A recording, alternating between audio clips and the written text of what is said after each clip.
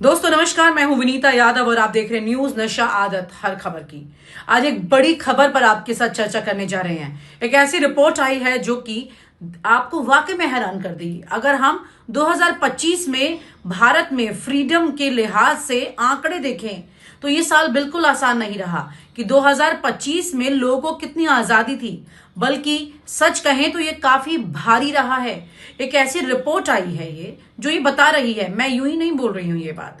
ये रिपोर्ट कहती है कि फ्री स्पीच कलेक्टिव यानी एफएससी की एक पूरी रिपोर्ट है ये। और ये रिपोर्ट किसी एक घटना पर नहीं है, पूरे साल में जो मामले दर्ज हुए हैं, जो आंकड़े हैं, जो केस स्टडीज है, उसके ऊपर ये रिपोर्ट बनी है। और ये रिपोर्ट बता रही है कि ये साल कैसा रहा, आपको आजादी मिली कि नहीं मिली। एफएससी की रिपोर्ट कहती है कि 2025 में लगभग देश में करीब 15,000 ऐसे मामले सामने आए हैं जहां लोगों की बोलने, लिखने, सवाल पूछने की आजादी पर बहुत असर पड़ा है। अब 15,000 कोई छोटा नंबर नहीं होता है। यह बताता है कि दिक्कत सिस्टम लेवल पर है, इक्का दुक्का घटनाओं की नहीं है। ये कलेक्टिव पूरा एक इमेज है, एक पिक्चर है।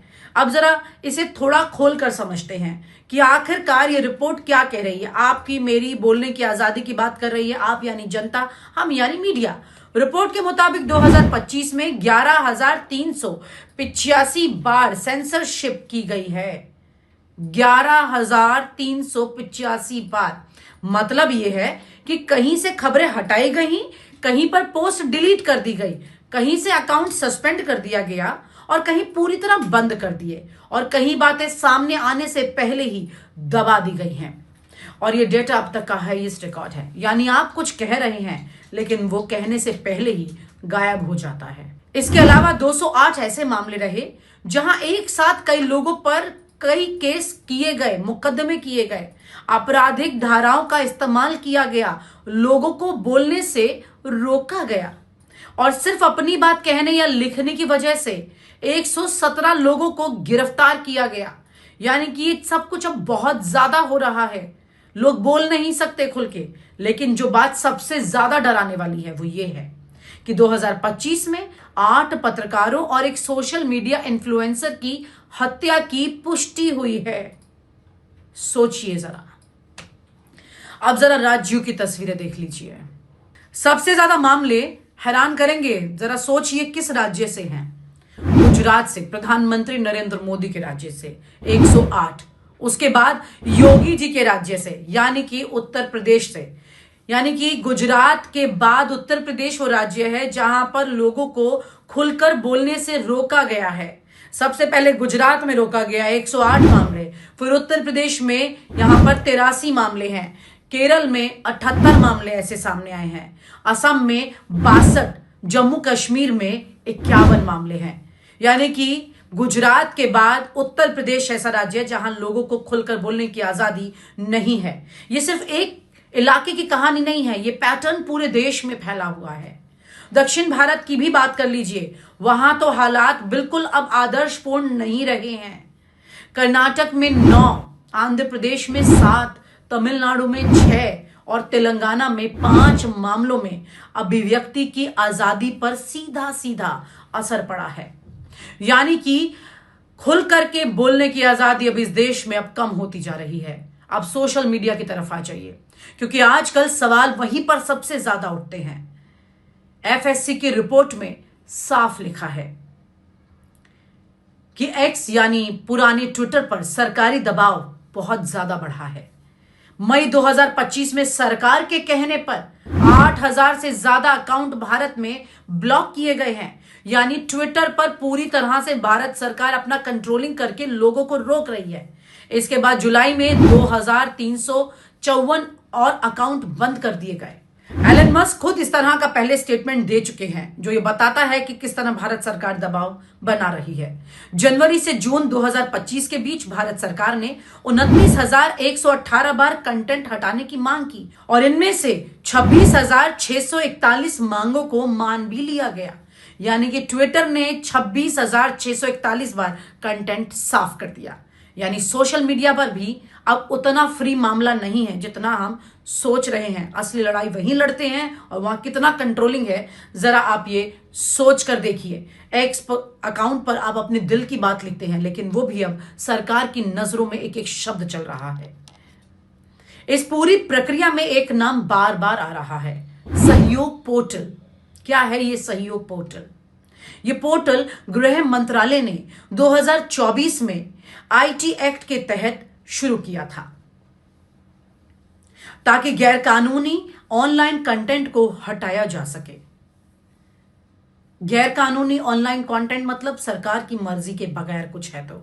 लेकिन एफएससी का कहना है कि कई बार इसका इस्तेमाल सरकार से सवाल पूछने वाली और आलोचना करने वाली आवाजों को दबाने में किया गया। यानी कि सरकार की मर्जी के बगैर जो भी है उसका इस्तेमाल इसमें किया जा रहा है। जनवरी और फरवरी 2025 के बीच 3070 बार इंटरनेट बंद किया गया या एप्स ब्लॉक किए गए।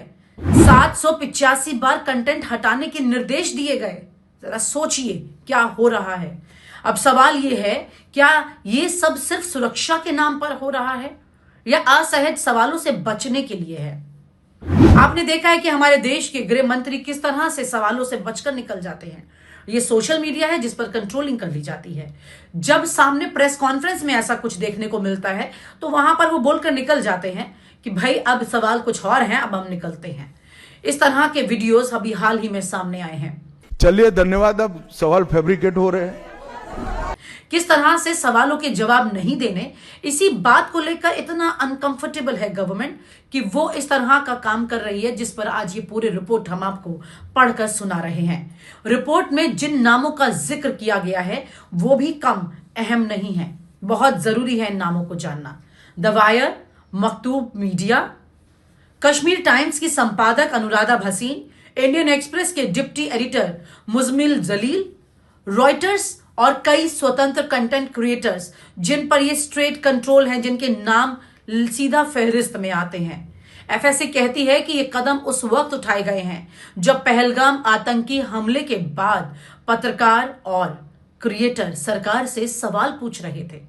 ये भी बहुत बड़ी बात है जब सरकार जवाब नहीं देना चाहती थी। अब पत्रकारों पर हमले की बात करें तो तस्वीर और भी ज्यादा सीरियस हो जाती है। 2025 में 40 हमले दर्ज हुए जिसमें 33 सीधे पत्रकारों पर थे। धमकियां, उत्पीड़न, मारपीट सब कुछ इसमें शामिल है। रिपोर्ट खास तौर पर छत्तीसगढ़ के बस्तर में पत्रकार मुकेश चंद्राकर, जो आपको याद होगा, और उत्तराखंड में YouTube news creator Rajeev Pratap की मौत का जिक्र करती है। आपको याद है किस तरह से पानी के टैंक में डालकर सीमेंट से चीन दिया गया था उसे। कुल मिलाकर 2025 में 9 पत्रकारों की मौत हुई है। ये बहुत खौफनाक आंकड़े हैं। अब एक और अहम पहलू है, राजद्रोह और आपराधिक मामलों का इस्तेमाल बहुत तेजी से बढ़ रहा है। पहलगाम हमले के बाद सरकार की आलोचना करने पर नेहा सिंह राठौर, माधुरी काकोती और शमिता यादव पर राजद्रोह के मामले दर्ज किए गए हैं। अगस्त 2025 में असम पुलिस ने द वायर से जुड़े वरिष्ठ पत्रकारों और कुछ अन्य लोगों पर भी ऐसे ही मुकदमे लगा दिए हैं।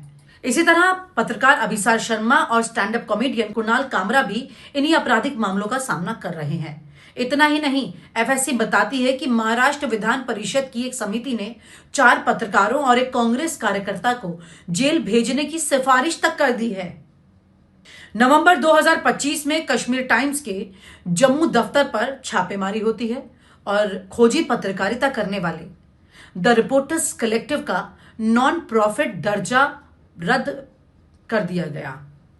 इन सब का असर अब साफ दिखाई दे रहा है। भारत की अंतर्राष्ट्रीय प्रेस स्वतंत्रता रैंकिंग पर जो पिछले कुछ सालों से लगातार गिर रही है, उसके असर साफ दिखाई दे रहे हैं। एफएससी कहती है कि 2025 भारत में मीडिया और अभिव्यक्ति की आजादी के लिए सबसे चुनौतीपूर्ण सालों में से एक रहा है।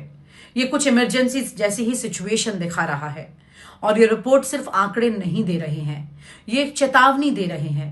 आप खुलकर नहीं बोल सकते हैं, खुलकर नहीं लिख सकते हैं। अगर सवाल पूछने की जगह खामोशी बढ़ती चली गई तो लोकतंत्र की बुनियाद धीरे धीरे कमजोर हो जाएगी।